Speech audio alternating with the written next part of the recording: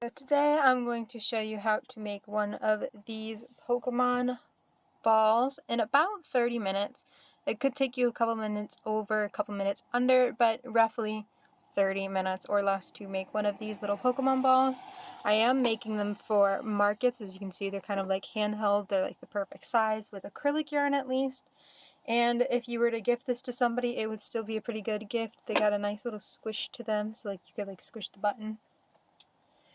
But the materials you are going to need is black yarn, red yarn, and white yarn, all in medium for acrylic or worsted weight yarn. Some stuffing, obviously, so I'm going to move that off the screen now.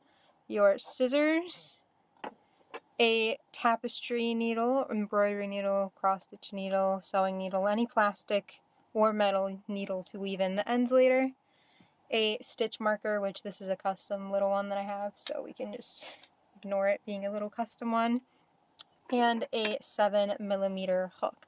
Now I will say this pattern is used dueling yarn, so 2 strands will be crocheted together as one thick strand. So I would use a 7mm hook. That's what I'm using here. If you do size up and use a 7.5mm hook or an 8mm hook, your ball will become a little bit bigger, but you will have more holes towards the bottom on the white part. So keep that in mind. If you don't want to have that many holes on the bottom, or if you don't want them to be noticeable, then I would go with the 7mm hook like I'm doing. Now there's 2 ways you can dual wield your yarn. I'm going to show you on the red just because I feel like it's the most vibrant of the colors here, obviously. So you are going to find either your middle pull or your side pull on the yarn. I'm trying to figure out which one this one is. Okay, here is your middle pull from the center of the yarn, so we're just going to keep that to the side. And then the string from the main roll is here, so this gives us 1 strand of yarn to work from the pole going this way, and the middle pole gives us a second piece of yarn. So you're going to take the 2 edges of both sides and just pull them together, and then do your slip knot. I don't do slip knots personally, I just find this much easier. You just take your hook, go like this over with both of the yarns, go over like that, and then pull it through the little loop. And that's just personally how I do it. I just think it's so much easier. Put the yarn under the strands, flip it, under, pull. It's just easier. You're not going to need a long tail here. But now you'll have the 2 yarns going on here at once. If you don't know how to do the 2 things, or if you have 2 of the same colored balls, or if you don't have a second colored one, you can take your yarn like I'm doing with the black one here, find your string, and then just take a little bit around your 2 fingers and go like this until you get a desirable amount. I'm not fully sure how much you're going to need. There's not that much black in the pattern, it's just the stripe and then the little bit around the button. So you're not going to need too much, but just get a little bit of a decent ball so that way you have the 2 strands going, because this one is circular. There is no middle pull on this one, so you just need enough to be able to make the strands. So if you're doing this on all of the colors, if you only have the circular or spherical versions of the yarns and you're not using red heart like I am, then you can just do this pretty easily to get to the same result, just getting a little ball of the color. So I'm going to do this more off screen. Okay, as you can see, I've cut the yarns. Now I have 1 strand here, and on this little mini ball I made, I have another strand to do 2 strands with. So I'm just going to move the black to the side for now because we're starting with the red. I already showed you how to put the 2 strands on, and we're going to get started now. So you're not going to use this as 1 and 2 pieces of crochet yarn. You're just going to hold it together as 1 piece. So you're going to do your chain first. So like this, you're going to put the hook over and go through the loop. Pull both of them over and go through the loop. And that's just because I personally like to do this better than magic circles, but if you know how to magic circle, do that. But you're just going to go through the first chain and then do 6 stitches. So go through it, yarn over, go through it, you'll have the 2 main loops. Yarn over and go through those as well. And we're just going to do that 6 times. And you can see the difference in how bulky I would say it looks compared to just regular acrylic, and that was my whole reasoning to doing the visual guide in case you don't know how to do your yarn, just so that way you can get the same bulky effect. You're going to pull this tight to make it a closed circle, and if you wanted to magic ring that, you would still pull it tight. So I have 1, 2, 3, 4, 5, 6 here. I do want to make a 7th, so here is your 7, so your stitch count's not as normal as it should be. Now we're going to go into the first stitch and do an increase. So that means 2 stitches within the same stitch space. I'm going to mark the first stitch of this round, so I'm going to put my stitch marker in there. Next one, 1 stitch, 2 stitch, and we're going to increase around the entire way. I'm not going to pause the video just yet for rows. I'm just gonna yamble through them and keep going. I will say that this will also be a written pattern over on Ribbler if you're not so much a visual learner. The link to that will be in the description. It'll be free over there as well. So if you're more of a reading the written version, or if you've seen this already and you just needed help dual wielding the yarn, you can go back to the written portion now. So here is our 7 increases, which means we are at a 14 stitch count. I'm going to remove my stitch marker, and we're going to do an increase again. Mark our first stitch, and then do a single stitch. And now we are going to follow the pattern of increase. My yarn's getting a little tangled up. It happens when you're using it from the same yarn. So increase and then stitch, and you're going to do that all the way around for a total of 21 stitches. Okay, so now that I have done that, I'm going to remove my stitch marker. And there is 2 ways that you can do this row. I'm going to do the more circular way, so if you're more used to just going in a circle, then do 2 stitches in the next stitch and then an increase in the third like this. So 1, 2, and then an increase stitch. And if you're more used to doing it that way, more comfortable, you can do it that way. But personally, I like to do it with the different method, so it turns out more circular on top and doesn't look so much like a line when you're crocheting, although you won't see it much in dual yarn anyways. So you're going to do 1 stitch and then an increase. I'm going to mark my first stitch so I don't lose it. Then you are going to continue as you normally did. 1, 2, increase. And you're going to do 2 increase all the way now until the end, and in the very last stitch here you should just have a single stitch. Here I am at the last stitch. As you can see, my 2 increase, just a single stitch here. And if you were to do this normally, it just makes it more of a perfect circle when you're crocheting, so I just personally like to do it. But remove your stitch marker here. And for row 6 and 7, no, 5 and 6, sorry, I'm trying to read the Ribbler next to me. You're just going to do single crochets all around. So this is going to start the little ball at the top. So after these 2 rows, you're going to be pretty much done with the red yarn, so you can fasten it off from here. I am going to show you how I color change at the end of the row, so you can come back and see that. If you already know how to color change, then you don't have to listen to that part. You can just skip it for a little bit. But here is a couple of the single stitches. You can already see that it is starting to fold it over rather than go out more. It's starting to bring it down. So for the rest of the row 5, single stitch. And for the next row, for row 6, you also single stitch. And I will show you how to color switch. Okay, I'm at my final stitch now for row 6. So I'm going to color change here.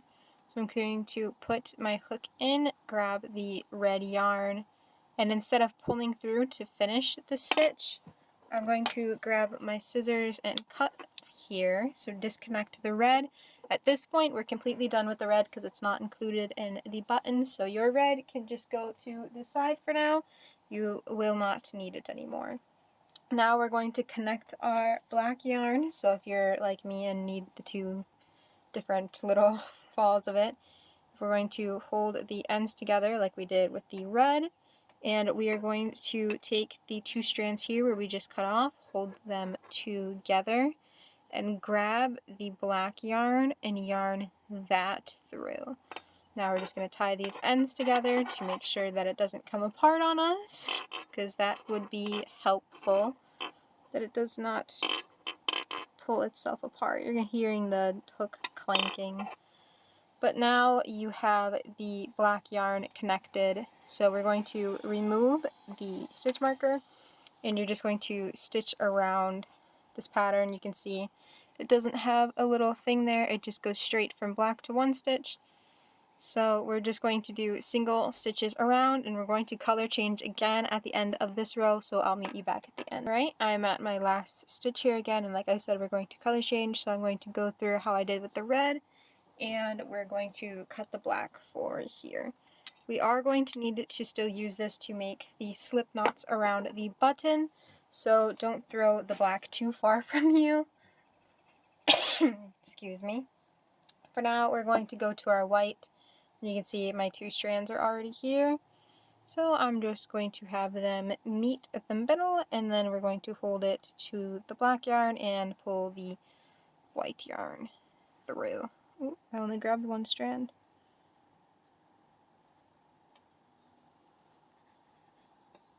Grabbed one on accident. Had to pull it and restart. Okay.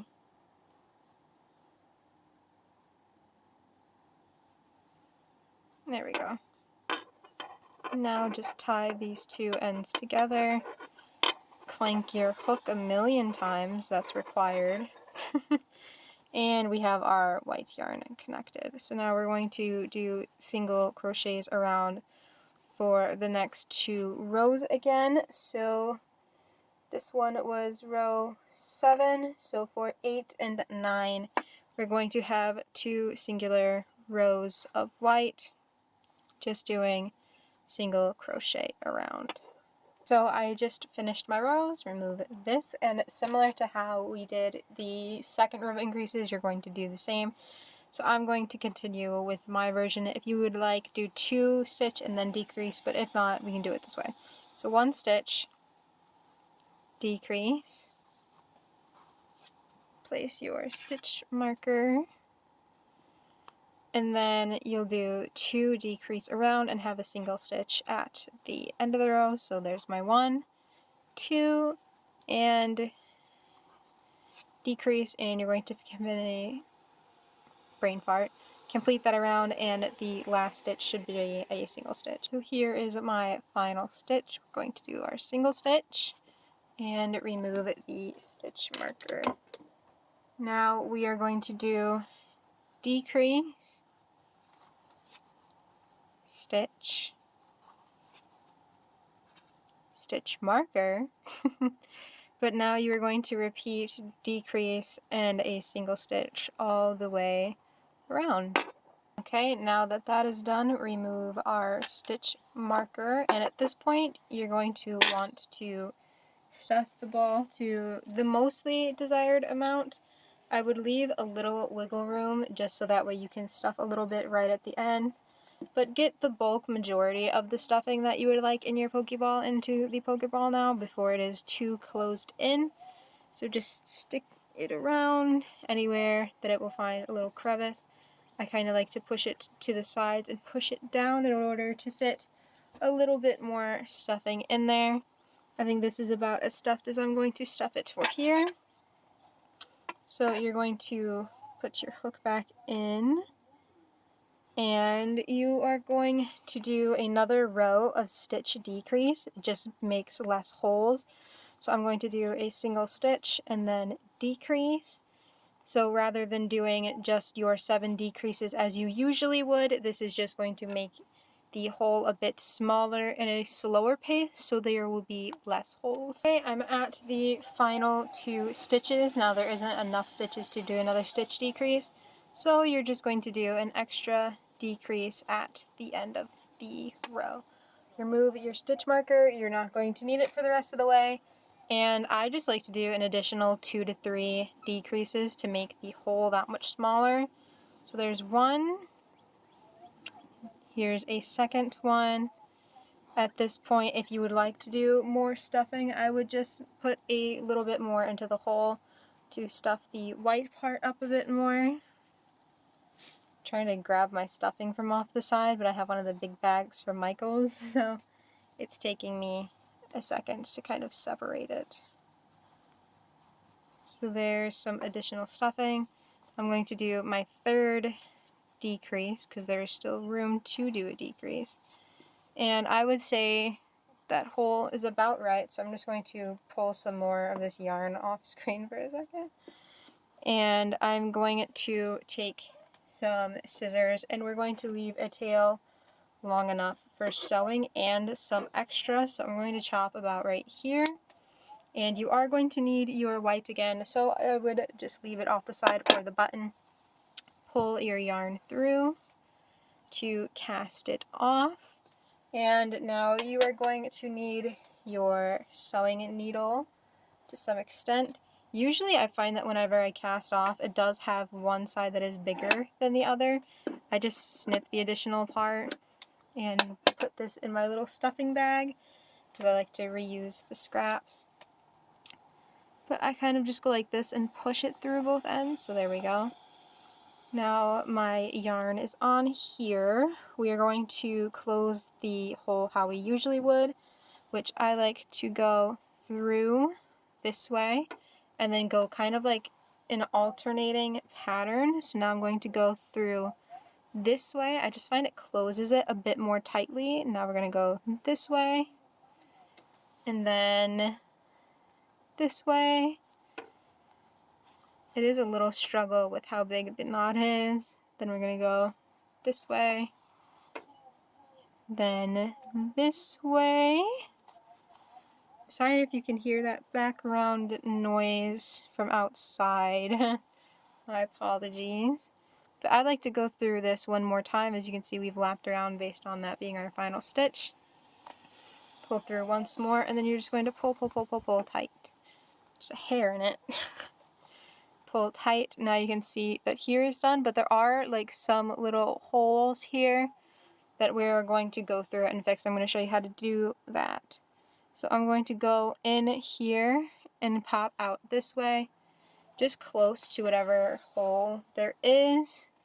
Go through 2 of the stitches there and then through 2 of the stitches on the next stitch, which isn't holed, and pull it tight. We'll pull in that hole. So that's how I just kind of like fix up little holes if I see them around. Go through 2 stitches here, go through a stitch here, and then when you pull it a little bit, it'll close that hole in. It is a little like unpresentable to have little holes, but with dueling yarn, it's kind of like unmanageable to not have them. So this is how I fix them, which is why the video guide here is a little bit helpful. And pull, you can see one here, so go through 2 stitches there, go through 2 stitches there, pull through. Now that's gone. We're going to go over here to where the next big one is. This is also just making sure this end is very secure, so it works out in the end. Go through these 2, go through these 2. It is just a little hard to pull through. I don't think my hook's big enough for this. So I just got to pull this off screen. I'm going to go through and fix up a couple more here and then I'll be back. Okay, now that our base ball is done, I just weaved in the end as you guys saw. There is the top and bottom of it. You can see how much the little holes have all shrunken in now via that method. So now we're going to make the little button. So we're going to scoot that up. Take your white yarn. And this is just rather quick and simple, so it's not going to take us that long. Leave a little bit, and we're going to do a magic circle or a chain 2 circle, whichever one you are more familiar with, and you're just going to do 6 single crochet stitches into there. So there's 1, 2, okay, come on, 3, 4, 5, and then 6. I'm going to color change here just because it's easier. So this is my 6th one. I'm going to leave this here. Cut this. You're now fully done with your white, so that can join your red across the room now. And your last step is using a bit more of black. So where's my 2 strands? I thought this was the 2 strands. This is not the 2 strands. Here we go. Here's my 2 strands of the black. Hold them with the white, as we did with color changing on the ball, and pull through. So this is going to create the black ring around. So there's this. And I'm just going to pull that tight to try to make the circle smaller. So now we have our 1, 2, 3, 4, 5, 6 of the white. We're going to go into the back loop only, which is the second thing. So we're going to go through this one and do a slip stitch. So yarn over and just go through the back loop. So only the top part here through the back loop and slip stitch. So we're going to do that around, which isn't that long, so I will keep going so I can show you how I fasten off and sew it onto the ball. So I go through and then I go through to 6. So here's our 6th one. I like to just go through the back loop of the first black slip stitch we did just to make it match, and leave a tail long enough for sewing. I'm going to go about right here, which could be arguably too much if you don't use that much. Now we're done with our black and it can join the other colors. We're going to pull this through here, and I just like to push it out a little bit. Like you see how it kind of curves, I just push it out a little so the white part stands out. We're done with our hook. That can also go off screen now, and you just need your sewing needle. So let's get that on bar. Are these uneven again? They are. They always are. Snip that a little bit. Accidentally pull the whole thing instead of just the tiny bit. Let's get this through here, and I'll show you how I sew this to the ball with the little white ring on the outside, to how to not show that, as well as what to do with these strands. So first, up close, let me show you. You'll see your black strands. You see these white ones sticking out? We're going to sew with those. So I like to cover up this little part. You could sew it here to make it a bit more aesthetically pleasing, but I like to cover this up. So I'm just going to place this over it like that, and we're going to sew that down. I'm going to go through these white hoops instead of these black ones here to try to make them go in. So I'm going to sew those in with the ball rather than the black strands, just to make them disappear, because they'll get pulled in. I'm going to move the scissors for a second. And we're going to go through the white loops instead. Go through the ball, pull tight. Go through the white loops instead. And go through the ball. Just so that way they're not showing up, because as you can see, these ones are there, and those ones have been sewed down, so they won't show on the Pokéball itself. Now I will say with these, what I like to do is you can take an extra needle and pull it through, but I like to just take the crochet hook, go through a random stitch close by, pop out where the ball would be, and then just grab all of these strands and just pull them into the ball like so. It's just the easier way to pull them all in. Grab the yarn and pull through. Like I said, if you have a extra needle, you could just use another yarn needle to do that as well. Just the easiest way to get those all down.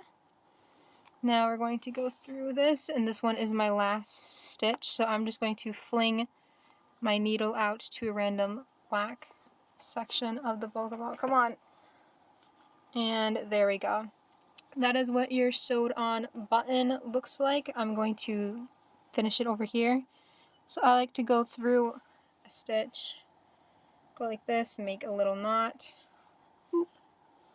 and then push the needle somewhere else to carry the yarn and weave it through. Cut the yarn, get the yarn off your needle, that's going into my scrap stuffing bin, and just take your needle and push those strands into the yarn ball. Now you can squish it around, you can play with it, they are a little squishy. And that is your finished Pokemon ball. I do have a stack of these, and like I mentioned earlier, this will be written on Ribbler, so if you already seen the video and you know how to do it now, you don't need the extra visual guide to go through it again. You can just click the link down on my Ribbler, follow my Ribbler shop. It's got a few other free patterns on it as well. It's got a hat, a bag, and a whale pattern as of this current moment. Check out my other free patterns on my YouTube, which includes the same whale pattern as the Ribbler. It's called the Not So Mini Whale, as well as a 3 striped ear warmer for the holiday times, which should be in a marked playlist for free crochet patterns on my channel. So if you want to find those as well, there's where you will find those. Additionally, if you want to see any other free patterns, let me know in the comments down below, because they're kind of fun and easy to make, or at least for me, because I make little ones for market stuff. But here's this. I do have a bag and a half next to me of all of these that I make. Like I said, it only takes like 30 minutes, so they're the perfect little markets thing to do. And I will see you guys